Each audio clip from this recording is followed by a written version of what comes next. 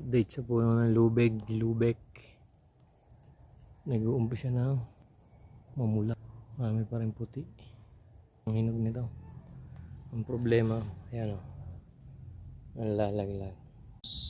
Guys, nanlalaglag na. Hilaw pa yung iba. Mukhang ito ang hinog. Nagmamaroon, dark red, hindi black.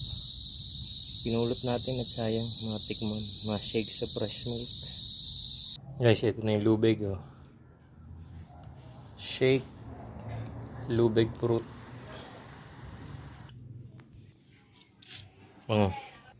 Lagyan natin fresh milk.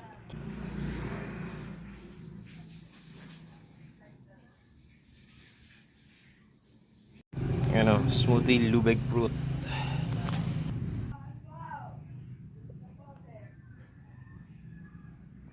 Maasim, pero masarap.